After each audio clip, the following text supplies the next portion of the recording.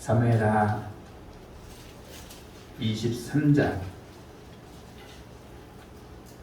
505페이지입니다. 집사님이 꼼꼼하셔가지고 페이지 수까지 꼭 써놓으시네.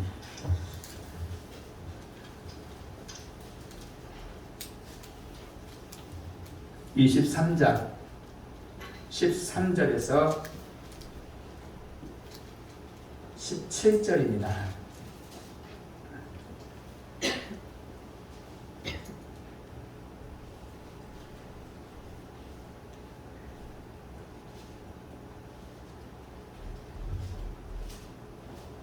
한 절씩 교독하겠습니다.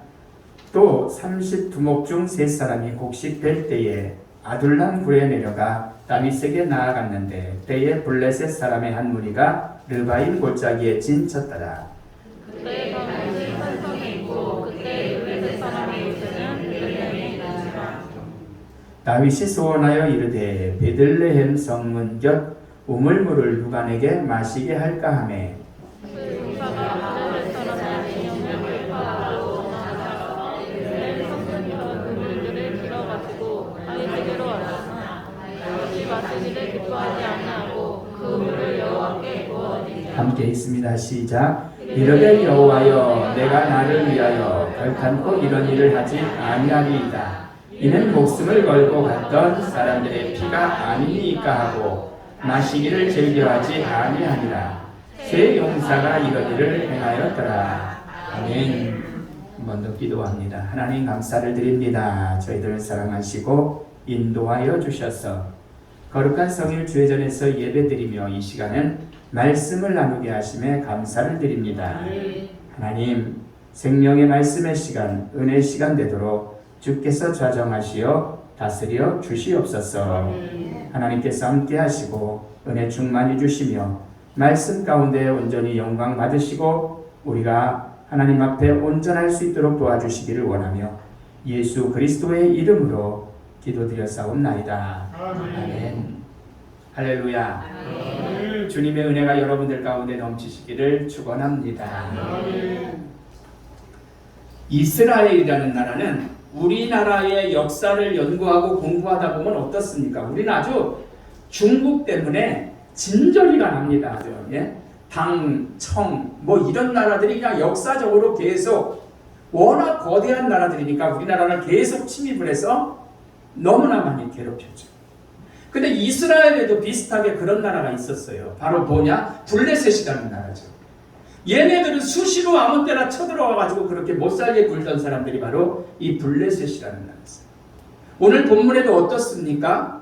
다윗이라는 사람이 전쟁을 하려고 준비한 게 아니라 블레셋이 또 쳐들어오니까 양 진영으로 또 이렇게 나눈 거죠. 영화나 이런 걸 보면은 마주보고 있잖아요. 이렇게요. 예? 진치고 마주보고 있잖아요. 예. 다윗과 이스라엘 군대는 블레셋과 맞대어서 이제 진영을 정비하고 있는 거예요. 한바탕 야 하면 가서 싸우려고 준비를 하고 있는 거죠.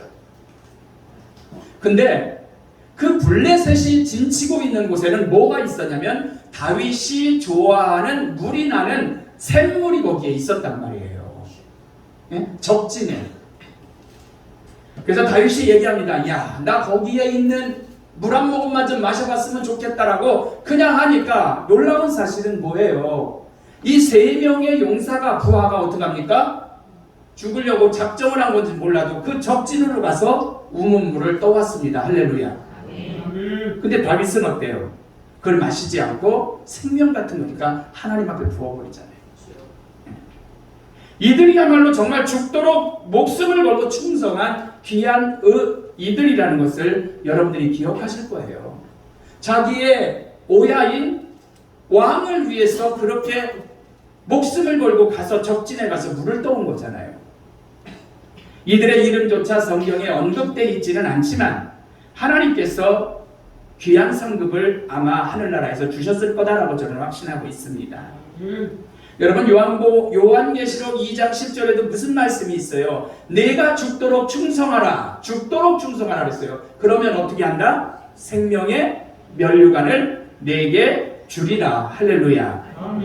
죽도록 충성하면 하나님께서 은혜를 주신다는 거죠.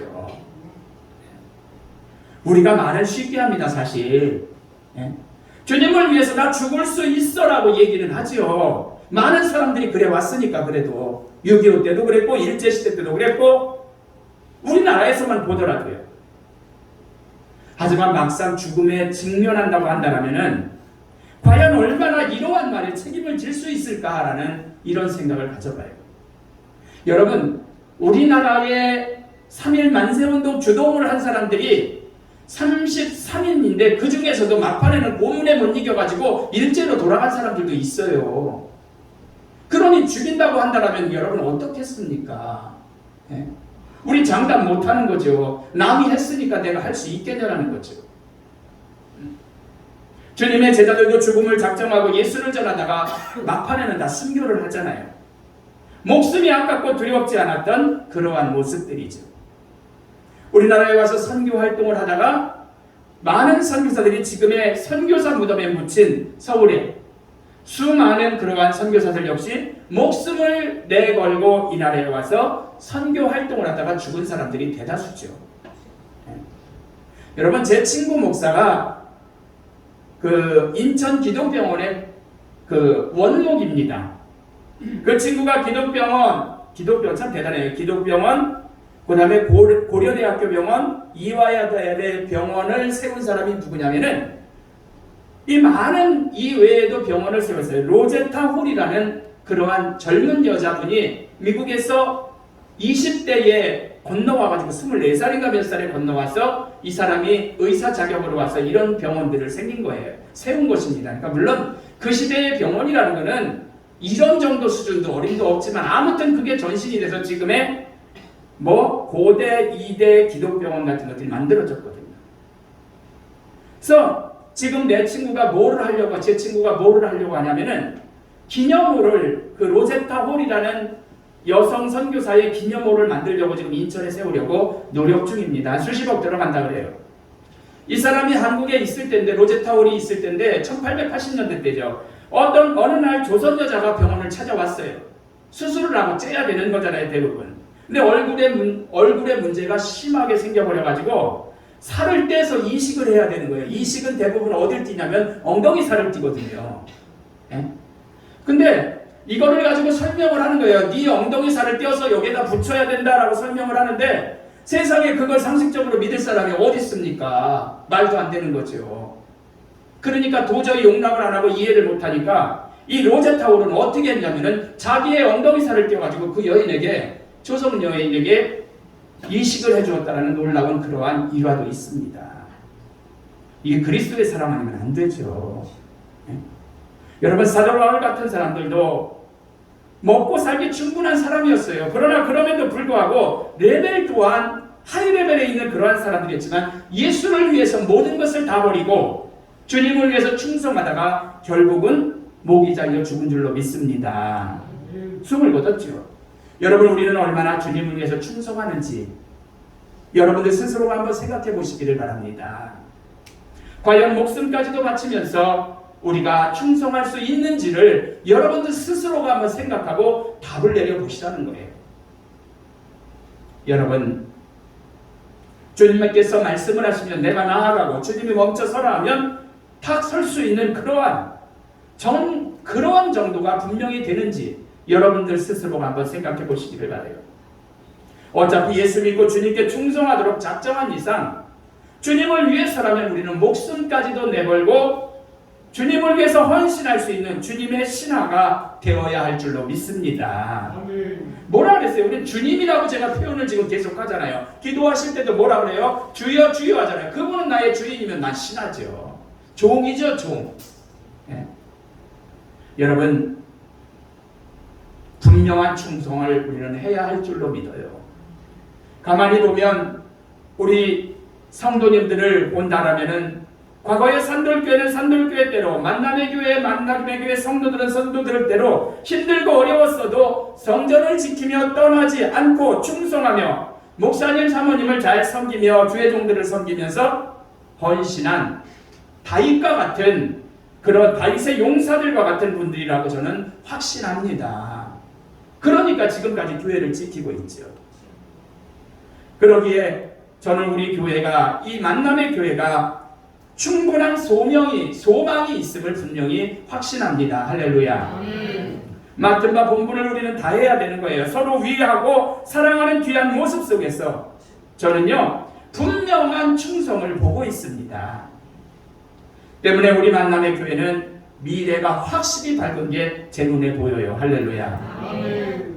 때문에 여러분 이제 우리가 하나의 교회로 만남 같은 하나님을 섬기면서 나아가기 때문에 지금까지 그래왔듯이 우리의 모든 것을 온전히 드리며 헌신해야 할 줄로 믿어요.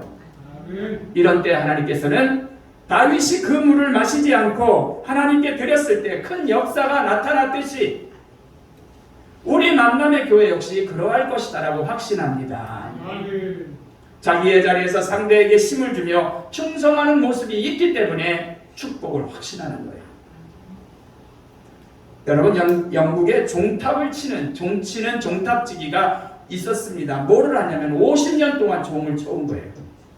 제가 부임하고 이제 한 달도 안 됐지만 이렇게 보니까 정말 여기서 자기의 본분을 시간이고 뭐고 가리지 않고 정말 맡은 바 사명으로 돈이 들어감에도 불구하고 모든 것을 다 배제하고 헌신하는 성도님들을 볼 때 저 사실 놀랐더라고요.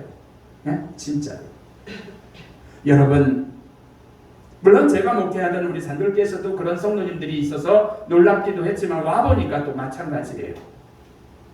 근데 이거와 마찬가지로 영국에서 종을 치는 종탑지기가 50년을 해온 사람이 있었습니다. 73세에 이 사람이 마지막으로는 아니었죠. 자기 딴에는 종을 또 5분을 치러 올라갔는데 2분만 치다가 사망을 했어요. 그는 황실묘지에 안장이 되었습니다.